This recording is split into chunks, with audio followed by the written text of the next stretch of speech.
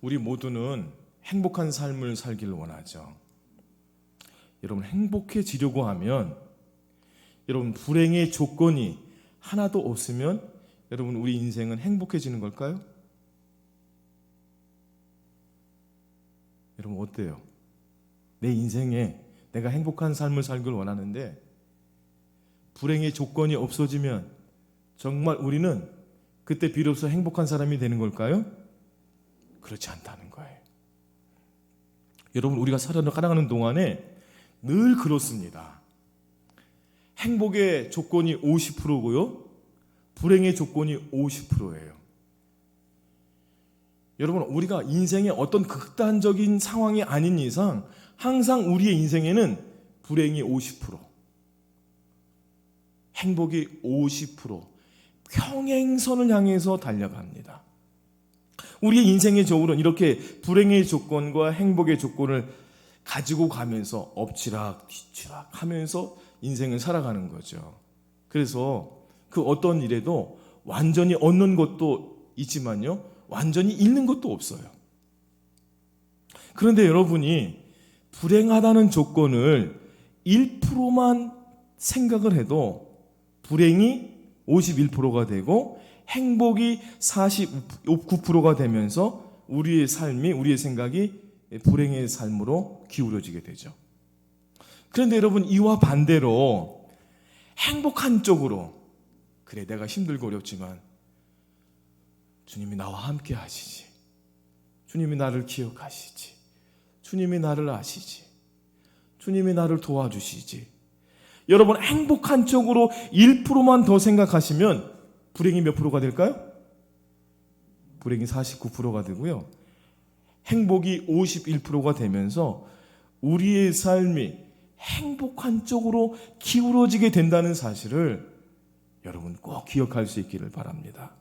그래서 여러분, 불행의 조건이 없어져서 우리가 행복해지는 것이 아니라 여러분, 우리의 마음과 생각을 행복한 쪽으로, 여러분의 마음과 생각과 마음을 1%만 행복한 쪽으로 마음을 먹는다고 한다면 우리의 마음이 행복한 삶으로 하나님의 축복과 은혜를 맛보는 삶이 될 줄로 믿습니다. 이 시간 여러분 자신이 행복을 원한다면 행복한 쪽으로 1%의 마음을 담아서 긍정적인 이미지를 불어 넘는다고 한다면 우리는 이 시간 행복하고 또 주님의 은혜를 발견하는 그런 삶을 살게 될 줄로 믿습니다. 이 클레멘트 스톤이라고 하는 사람은 그래서 우리에게 이런 얘기를 해줘요. 하루에 매일같이 아침에 외쳐라. 이것을 외치면 당신의 인생이 행복한 쪽으로 기울게 될 것이다. 그렇게 우리에게 조언해 주고 있습니다. 여러분, 우리 같이 한번 외쳐볼까요? 한번 따라해 보겠습니다. 나는 오늘 기분이 좋다. 나는 오늘 건강하다. 나는 오늘 너무 멋있다. 할렐루야. 여러분, 우리가 아침에 잠을 자고 일어나서 여러분, 우리의 마음속에 나는 오늘 기분이 좋다, 나는 오늘 건강하다, 나는 오늘 너무 멋있다. 여러분, 이 세 마디만 매일 외쳐도 3%의 행복이 여러분의 삶에 더해지면서 여러분의 인생의 나날이 행복하고 감사한 생활로 여러분 점점 바뀌게 될 줄로 믿습니다. 오늘 본문에는 예루살렘의 이 유대인들이 예수님을 배척하는 장면을 오늘 언급하고 있는 것을 볼 수가 있습니다.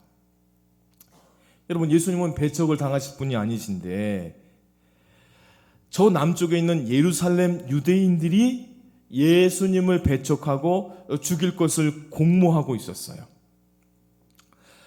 오늘 본문에 보면 예수님은 초막절을 맞이하여 예루살렘에 가신 후에 오늘 2절의 말씀에 보면요, 2절 말씀 같이 읽겠습니다. 시작. 유대인의 명절인 초막절이 가까운지라.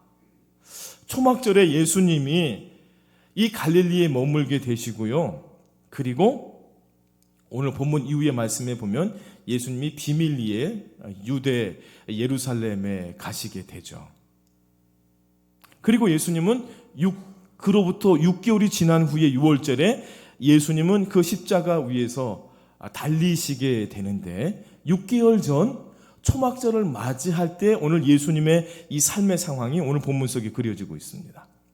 여러분, 어떤 사람이 인기를 얻고 명성을 얻으면 질투하는 사람들이 많이 생기게 되죠. 우리나라 속담 가운데도 사촌이 땅을 사면 배가 아프다라는 말이 있어요.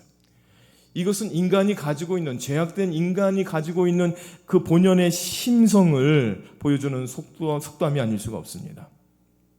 그처럼 당시 유대인들은, 오늘 우리가 요한복음 6장에 가보면요, 벌써 예수님이 오병의 기적을 일으키면서 구름대처럼 많은 사람들이 따라다니고 이 예수님을 유대의 임금으로 삼으려고 하는 그 대중적인 인기를 끄는 것을 보면서 유대인들이 예수님에 대해서 시기하고 그 시기를 넘어서 예수님을 어떻게 하면 죽일까 하는 그런 마음이 가득한 상태에 있는 것을 오늘 본문의 말씀을 통해서 우리가 깨닫게 됩니다.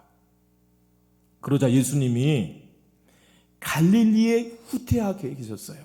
오늘 9절의 말씀에 보면 갈릴리에 머물러 계시다라는 이 말씀이 성경에 기록되어 있는 것을 볼 수가 있습니다.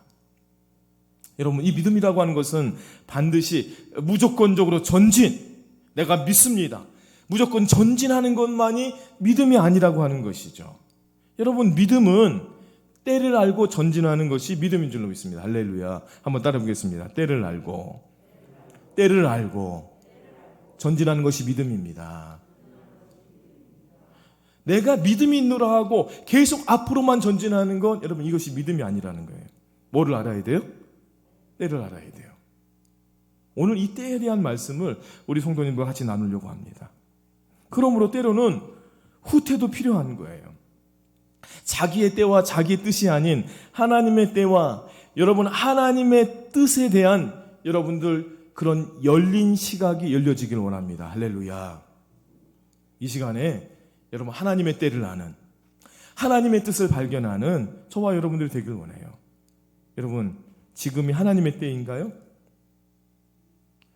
이 사건과 이 일과 그 사람을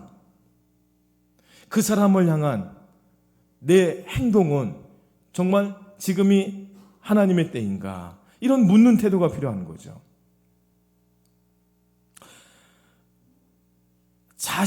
내 자신이 역사의 주체라고 생각하면 우리는 날마다 낙심하고 여러분 실패하지만, 그러나 하나님이 내 인생에, 여러분 이 세상의 역사의 주체임을 믿으면 우리가 마음을 추스리고 일어서게 될 줄로 믿습니다. 그 일은 하나님이 책임져 주시는 거니까요. 그 사건은 하나님이 때에 하나님이 방법으로 역사하실 거니까요. 그래서 믿음이 있으면 하나님이 가장 적절한 때에 반드시 아름다운 싹과 열매를 나타낸다는 사실을 여러분 믿을 수 있길 바랍니다. 오늘 9절에 예수님은 계속해서 갈릴리에 머물러 계시는 것을 볼 수가 있어요. 여러분, 우리 지혜로우신 주님께서 지금 갈릴리에 머물고 계시다고 한다면 그 갈릴리에 머물러 계시는 이유가 있는 거죠.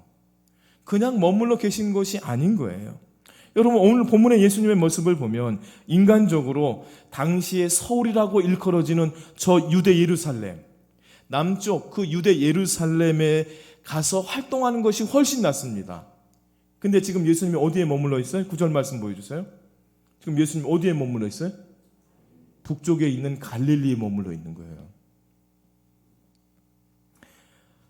이것을 우리 지도를 펼쳐서 설명을 한다면 당시 서울인 유대 예루살렘에서 활동하는 것이 아니라 저 북쪽의 두만강 근처에 청진쯤 되는 곳에 그 갈릴리에서 예수님이 복음을 전하시고 그쪽에서 활동하시는 것입니다. 여러분, 이것은 굉장히 비효율적인 거죠. 두만강 청진에서는 겨우 하루에 5사람, 10사람 만날 수 있다면 저 서울에 가면은 수천 명, 수만 명을 하루에 만날 수 있고 더 많은 사람들에게 복음을 전할 수 있었겠죠. 그런데 오늘 예수님은 그 유대 예루살렘에 머물지 않고 오늘 갈릴리로 후퇴해 계신 것을 볼 수가 있어요.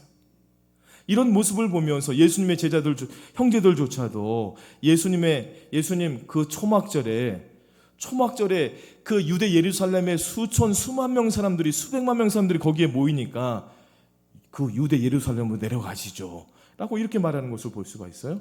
한번 확인해 볼까요? 3절 말씀입니다. 3절 말씀 같이 읽겠습니다. 시작. 당신이 행하는 일을 제자들도 보게 여기를 떠나 유대로 가소서. 여기를 떠나, 갈릴리를 떠나서 저 유대 예루살렘으로 가시죠. 초막절이 되면 전 세계 수백만 명, 수천만 명 사람들이 유대에 모이니까 예수님, 그렇게 많은 사람들이 모였을 때 예수님 그 예루살렘에 가서 그 많은 사람들 앞에서 예수님 요한복음 6장에서도 오병이의 기적을 일으켰고 6장 이후에 보면 바다 위를 거니시는 그런 놀라운 이적의 역사도 보여주셨는데, 많은 사람에게, 더 많은 사람들에게 주님 이런 역사를 보여주시면 더 복음을 효율적으로 전할 수 있지 않을까요? 언뜻 보면 예수님의 형제들은 예수님의 능력을 믿는 것 같습니다. 그러나 주님은 3절 이 형제들의 재촉대로 예루살렘으로 가지 않고 갈릴리에 머물러 계시는 것을 볼 수가 있어요. 예수님은 어리석은 사람들, 이기적인 의도를 가지고 예수를 박해하고 그리고 그곳에 나타나면 예수를 죽이려고 하고 하는 그 사람들 앞에서 그들과 맞서 싸워서 기적적인 능력을 가지고 그들을 물리치시고 천군 천사를 보내서 그들을 물리치시고 이길 수 있는 능력이 있었어요. 그렇지만 예수님 그 방법을 사용하지 않습니다. 왜 그 방법이, 그런 능력이 있음에도 불구하고 그 방법을 사용하지 않을까요? 하나님 아버지가 자신에게 맡겨준 구원과 그 메시아의 사명을 완수하기 위해서 견디시고 참으시고 기다리시는 예수님의 모습이 오늘 본문 속에 나타나고 있습니다. 결정적인 그 순간이 되기까지, 하나님 아버지의 때가 이를 때까지 그 갈릴리에 머물러 계셨던 예수님처럼 사랑하는 성도 여러분, 우리도 하나님의 때를 준비하고 인내하고 훈련되어서 하나님이 정하신 때에 온전하게 쓰임받는 저와 여러분들이 될 수 있기를 주님의 이름으로 축원드립니다. 오늘 이 갈릴리와 저 유대 예루살렘에서는 어떤 일이 벌어지고 있었을까요? 오늘 1절의 말씀에 보면요, 1절 말씀 같이 읽겠습니다. 시작. 그 후에 예수께서 갈릴리에서 다니시고 유대에서 다니려 아니하심은 유대인들이 죽이려 함이로라. 여기 말씀에 보면요, 유대에서 다니려 하지 않으셨어요. 예수님이 유대 예루살렘을 얘기하는 거죠. 그 예루살렘을 예수님이 거니시기를 원치 않았던 것은 유대인들이 죽이려고 했기 때문이다라고 오늘 1절에 말씀하고 오는 것을 볼 수가 있습니다. 예수님은 이미 요한복음 5장 18절에서 자신을 일컬어서 하나님의 아들이라고 말씀하셨어요. 나는 하나님의 아들이자. 이것이 유대인들로 하여금 예수님을 죽이려고 하는 대상이 되도록 했습니다. 오늘 1절의 이 표현 유대인들이 죽이려 함이로라 라고 하는 이 표현은 그 시대에 살아가는 일반적인 유대인들이 예수님에 대해서 갖는 일반적인 감정이었어요. 그 감정이 어떤 것이었어요? 예수는 죽어야 된다. 예수 죽여야 돼. 자기가 무슨 하나님의 아들이라고? 그 거룩하신 하나님, 그 하나님의 아들이라고? 말도 안 돼. 만나기만 해라. 하나님의 이름을 더럽힌 이 예수를 내가 죽일 거야 라고 하는 것이 유대인들이 죽이려 함이로라. 보통 사는 유대인들이 이런 생각을 가지고 있었어요. 예수님은 갈릴리 지방에서 두루 다니시면서 6개월 동안 전도를 하셨습니다.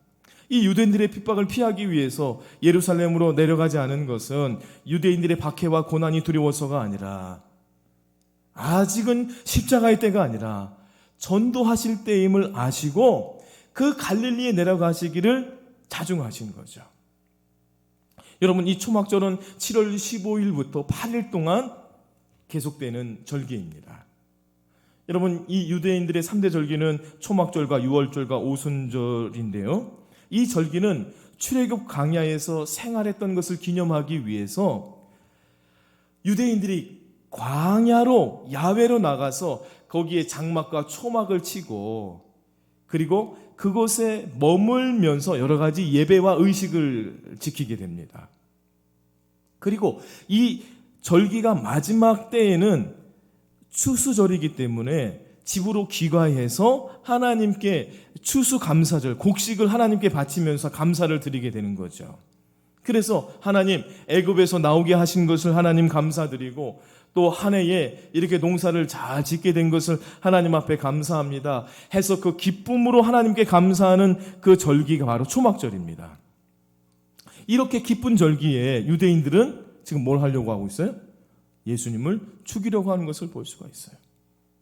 죽일 이유가 없음에도 불구하고 이들이 예수님을 죽이려 하고 있습니다.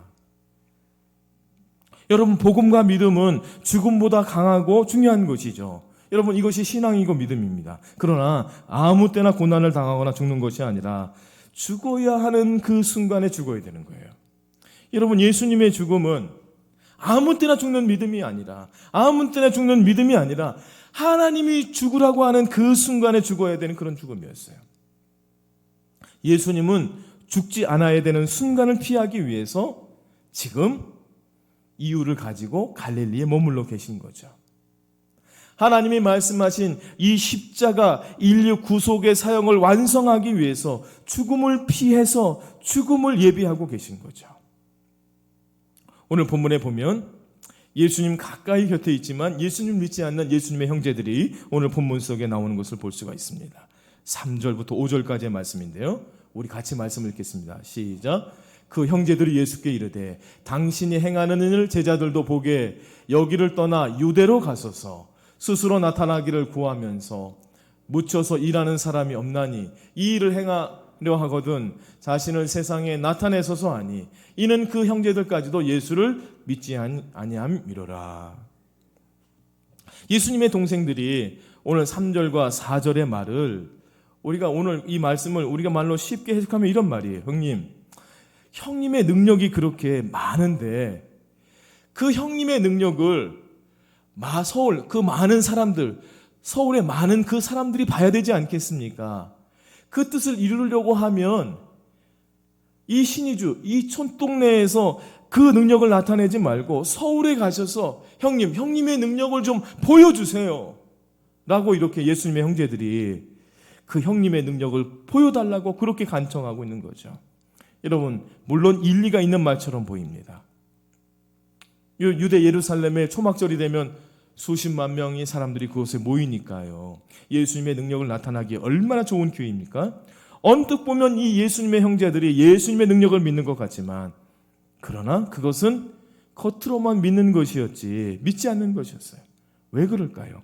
그들은 예수님의 능력을 통해서 사람들의 인기를 끄는데 예수님이 그 인기를 끌고 그 인기의 병 앞에서 내가 뭔가 좀 얻을 것이 있을까? 라고 하는 마음의 욕심이 있었을 뿐이었습니다. 이 형제들이 믿는 것 같지만 믿지 않는 이 행위에 대해서 주님이 뭐라고 말씀하시나요? 오늘 6절의 말씀을 보겠습니다. 6절 말씀 같이 읽겠습니다. 시작. 내 때는 아직 이르지 아니하였거니와 너희 때는 늘 준비되어 있느니라 라고 말씀합니다. 여기에 보면 내 때라고 하는 말이 나오고요. 그 다음에 형제들 향해서 너희 때라고 하는 말을 오늘 말씀하고 있는 것을 볼 수가 있어요. 주님께서 내 때라고 하신 이 말씀은 여러분 무엇을 염두에 두고 말씀하신 걸까요? 형제들이 말하는 이 너희의 때는 예수님의 형제들이 예수님을 통해서 영광에 이르게 되는 영광된 위치를 얘기하는 거예요. 영광에 오르게 될 그 때를 얘기하는 거예요. 그런데 예수님이 말하는 내 때는 어떤 때를 얘기할까요? 예수님이 온 인류의 죄악을 우리의 죄악을 구원하시기 위해서 십자가에 죽으시는 그 구원의 때 아버지 하나님이 나에게 말씀하신 그 때 그 십자가의 때를 두고 말씀하신 거죠. 여기서 우리는 한 가지 중요한 교훈을 얻게 됩니다. 그것은 십자가를 제쳐두고 참된 믿음을 얻기는 어렵다는 거예요. 여러분 십자가를 외면하고 우리는 축복에 이를 수가 없습니다. 여러분, 주님의 십자가를 믿지 않고 주님의 십자가를 경험하지 않고는 우리가 영광된 부활을 경험할 수가 없는 거죠. 예수님의 고난을 통과하지 않고는 하나님의 아들이라고 하는 영광된 구원을 우리가 경험할 수가 없는 거예요. 십자가는 하나님이 쓰시도록 우리 자신을 드리는 것입니다. 바로 그때 주님은 진정한 내 주님이 된다는 사실을 여러분 믿을 수 있기를 원합니다. 여러분, 소중한 것은 내 몫으로 남겨두고 남은 것은 주님께 드리는 삶은 진정 복된 삶이라고 말할 수가 없어요. 십자가 앞에서 나의 자신의 모든 욕심과 욕망을 내려놓고 주님과 함께 우리가 죽을 때 주님과 함께 영원히 살아나는 역사가 있게 될 줄로 믿습니다. 그래서 여러분, 십자가를 지는 것은 가장 영광스러운 주님의 제자가 되는 방법인 줄로 믿습니다. 하나님은, 우리 주님께서는 우리 모두 각자에게 지어져야 될 십자가가 있다는 것을 분명히 말씀하셨어요. 그 분량의 십자가를 지고 나를 따라와라. 주님께서 이 말씀을 하셨던 것을 우리가 모두가 기억하고 있죠. 한번 말씀을 한번 보겠습니다. 마태복음 16장 24절 같이 읽겠습니다. 시작. 이에 예수께서 제자들에게 이르시되 누구든지 나를 따라오려거든 자기를 부인하고 자기 십자가를 지고 나를 따를 것입니다. 누구든지 나를 따르거든 자기를 부인하고 어떻게 해야 된다고요? 자기 십자가를 지고. 십자가는 하나님을 미워해서 지어주는 것, 하나님이 미워해서 지어주는 것이 아니라 하나님이 걸어가신 삶으로 우리를 초청하는 것입니다. 내가 이 길을 갔으니 너도 함께 이 길을 갔으면 좋겠다. 이 길 끝에는 하나님의 구원이 있고 하나님의 축복이 있기 때문입니다. 여러분, 한 알의 밀이 땅에 떨어져 썩으면 그 썩음으로 말미암아 거기서 열매를 맺는 거예요. 사랑하는 성도 여러분, 나의 인생에, 나의 가정에, 여러분 우리 교회에 주님께서 지워주신 십자가가 있습니다. 여러분, 십자가가 있죠? 여러분, 그 십자가를 기쁘게 지는 주의 성도들이 되어줄 수 있기를 원합니다. 여러분, 낮아질 때 높아지고 십자가 질 때 십자가를 지신 예수님을 깊이 만나는 위로와 축복이 여러분들에게 있게 될 줄로 믿습니다. 하나님의 시간표와 우리의 시간표는 다른 거예요. 여러분, 우리는 기도하면 그 기도가 당장 응답돼야 돼요. 빨리 응답돼야 돼요. 하나님, 빨리빨리 응답해 주세요. 빨리 좋은 결과가 나타나게 해주세요. 여러분, 우리가 기도할 때도 그렇게 기도하는데, 하지만 하나님은 우리의 믿음의 그릇이, 축복을 받을 만한 그릇이 준비되기를 원하고, 준비되었을 때 그때에 하나님은 우리를 축복하시는 줄로 믿습니다. 오늘 예수님과 예수님의 동생 사이의 대화에서 우리는 이런 차이를 만나게 됩니다. 예수님은 하나님의 때를 기다렸어요. 오늘 예루살렘에 올라가지 않는 것은 왜 올라가지 않을까요? 죽음이 두려워서입니까? 예루살렘 올라가면 거기서 자기를 죽이려고 하는 유대인들이 많다는 것에 겁을 먹어서 예수님이 올라가지 않는 걸까요? 그렇지 않아요. 예루살렘에 올라가지 않는 것은 하나님께서 정하신 때가 아니기 때문에 예수님은 오늘 갈릴리에 머물러 계신 거죠. 여러분, 기회는 곧 하나님이 주신 때입니다. 예수님의 형제들은 기회가 따로 있는 것이 아니라 자기들이 하고 싶은 때가 기회라고 생각을 했어요. 예수님의 형제들은 자기가 뭔가 하고 싶을 그때, 자기에게 뭐가 필요한 때가 그때가 기회라고 생각을 했어요. 그러나 예수님이 다른 점은, 예수님은 하나님이 주시는 절호의 기회, 하나님이 정하신 그 시간표에 따를 때 그것이 기회라고 여겼습니다. 예수님은 조급하지 않았어요. 하나님의 시간표에 따른 때를 기다렸습니다. 기회를 포착했습니다. 우리는 이런 예수님의 모습을 보면서 하나님의 시간표에 관심을 받는 주의 성도들이 되어줄 수 있기를 원합니다. 여러분, 주님이 사랑하시는 성도는 하나님의 때를 기다리고 그 사건과 그 문제와 그 사람을 향한 하나님의 때가 있는데, 여러분, 내 생각과 내 방법으로 그 문제를 해결하려고 하지 않았는지, 여러분, 이 시간 우리 자신을 돌아봐야 됩니다. 하나님의 시간표를 아는 성도들의 첫 번째 자세는 하나님을 신뢰하는 거예요. 한번 따라해 보겠습니다. 하나님을 신뢰하자. 하나님을 신뢰합니다. 오늘 예수님은 믿음이 없는 이 성도들과 이 형제들과 다투지 않아요. 다만 하나님을 신뢰하고 기도합니다. 하나님께서 동생들에게 믿음을 주시리라 믿고 기도한 것이죠. 동생들은 예수님 이 형을 형 어떻게 된 거 아냐?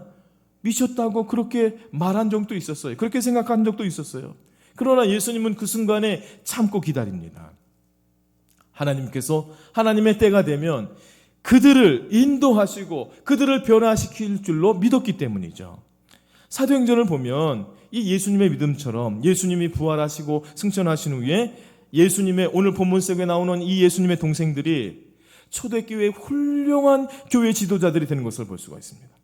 마가의 다락방에 120명의 성도들이 예루살렘 교회 마가의 다락방에 모여서 기도할 때 그 가운데 예수님의 동생들이 그곳에 머물러 있는 것을 우리가 발견하게 됩니다. 그 중에 예수님의 동생 야고보는 예루살렘 교회 초대교회의 담임 목회자, 지도자가 되는 것을 볼 수가 있어요. 초대교회의 교계의 지도자들이 모이는 그 예루살렘 교회의 그 의장을 예수님의 동생인 이 야고보가 맡게 되는 것을 볼 수가 있습니다. 사랑하는 성도 여러분, 우리를 공격하고 불신하는 사람은 여러분 먼 곳에 있는 사람이 아닙니다. 나의 마음을 가장 아프게 하고 내 심장에 폐부를 찌르는 사람은 나의 가장 가까운 이웃이고 나의 가장 가까운 가족이죠. 나의 형제, 나의 자매가 나를 공격합니다. 나는 나름대로 최선을 다했는데 그들은 불평합니다. 여러분 그렇다 할지라도 여러분 다투지 마시길 바랍니다. 왜 그럴까요? 이 부분에 대해서 주님은 우리에게 이런 교훈으로 말씀하십니다. 시편 100편의 말씀을 한번 같이 읽겠습니다. 시작. 나는 사랑하나 그들은 도리어 나를 대적하니 나는 기도할 뿐이라. 나는 사랑하나 그들은 도리어 나를 대적하니 나는 뭐 할 것뿐이에요? 나는 기도할 뿐이라. 지금은 우리를 공격하지만 우리가 기도하면 그들은 언젠가 훌륭한 성도가 되고 믿음의 사람이 되고 하나님은 우리에게 항상 좋은 것을 주시는 분이심을 여러분 믿을 수 있길 바랍니다. 주님을 신뢰하고 그때를 믿고 기도할 때 하나님은 모든 것이 합력하여 선을 이루시는 그런 위대한 역사를 이루게 하실 줄로 믿습니다. 하나님을 사랑하는 자녀들에게 반드시 복을 주시는 분이심을 여러분 믿을 수 있길 바랍니다. 마지막으로 하나님의 시간표를 아는 성도의 두 번째 자세는 기다리는 거예요. 예수님은 자신의 욕심을 따라서 움직이지 않았습니다. 하나님의 뜻과 하나님의 계획에 따라서 행동하셨어요. 하나님의 시간표가 무엇인지 알았기 때문입니다. 그래서 이를 위해 기도했습니다. 그러기에 예수님은 조급하지 않을 수 있었어요. 하나님의 때를 알기 때문에 기다릴 수 있었어요. 여러분 조급하면 실패하게 되고 여러분 조급하면 사고가 나는 것을 우리가 경험하게 됩니다. 여러분 요셉을 보세요. 요셉은 감옥에서 술 맡은 관원장을 만나게 됐는데 술 맡은 관원장의 꿈을 해석해 줍니다. 당신의 꿈을 보니까 당신은 이제 복권하게 될 것이고 다시 왕 앞에서 당신 쓰임받게 될 것입니다. 그런데 며칠 지나서 정말 그 꿈의 해몽대로 복직이 됐어요. 그래서 이 요셉이 술 맡은 관원장에게 부탁을 하죠. 당신이 이렇게 잘 되지 않았습니까? 당신이 이렇게 잘 됐으니까 나를 생각해 주세요. 내 말을 좀 해주세요. 나에게 은혜를 좀 베풀어 주세요. 나를 좀 이 감옥에서 건져 주세요. 이렇게 부탁을 합니다. 그래서 그 술 맡은 관원장이 복직이 돼서 왕 앞에서 그 지위를 회복하고 살아가는데 감옥에 있는 이 요셉을 잊어버린 거예요. 요셉이 얼마나 억울하고 답답했을까요? 내가 그렇게 꿈을 해몽해주고 그랬는데 나를 잃어버리다니. 그런데 2년 후에 그렇게 지나고 2년 후에 요셉은 이 바로의 꿈을 해석해주는 자리에 있게 됩니다. 그런 기회가 생기고 그 꿈을 해몽해 줌으로써 애굽의 총리가 되죠. 만약에 술 맡은 이 관원장이 요셉의 시간과 생각대로 그 순간에 바로 이 요셉의 억울함을 왕에게 얘기하고 만약에 복직을 시켜주고 그를 감옥에서 나오게 했다고 한다면 이 요셉은 애굽의 총리가 될 수가 없었을 거예요. 여러분 억울하지만 기다리는 것이 여러분 그 가운데 하나님의 뜻이 있다는 사실을 여러분 꼭 기억할 수 있기를 바랍니다. 애굽의 총리가 될 때까지 요셉은 감옥에서 2년을 더 기다렸다가 그런 영광된 자리에 이르게 되었다는 사실을 여러분 기억하시길 바랍니다. 기다리는 자는, 하나님의 때를 믿고 기다리는 자는 반드시 하나님의 소원과 뜻을 이루게 될 줄로 믿습니다. 이제 말씀을 맺겠습니다. 사랑하는 형제 자매 여러분, 여러분 지금 억울하더라도 기다리십시오. 여러분의 그 억울함을 풀어주고도 남는 축복의 때가 올 것입니다. 여러분, 인내하며 기다리는 사람은 반드시 하나님의 시간표에 따라 축복을 받게 될 줄로 믿습니다. 그분을 신뢰하고 기도하는 사람은 하나님의 시간표를 따르는 사람입니다. 예수님처럼 갈릴리에 머물면서 하나님의 시간표를 자신의 인생을 맡겼던 그 예수님처럼, 십자가를 기다리셨던 것처럼 우리 인생도 하나님께 맡기고 기다리며 기도하는 주의 성도들이 되어줄 수 있기를 주님의 이름으로 축원드립니다.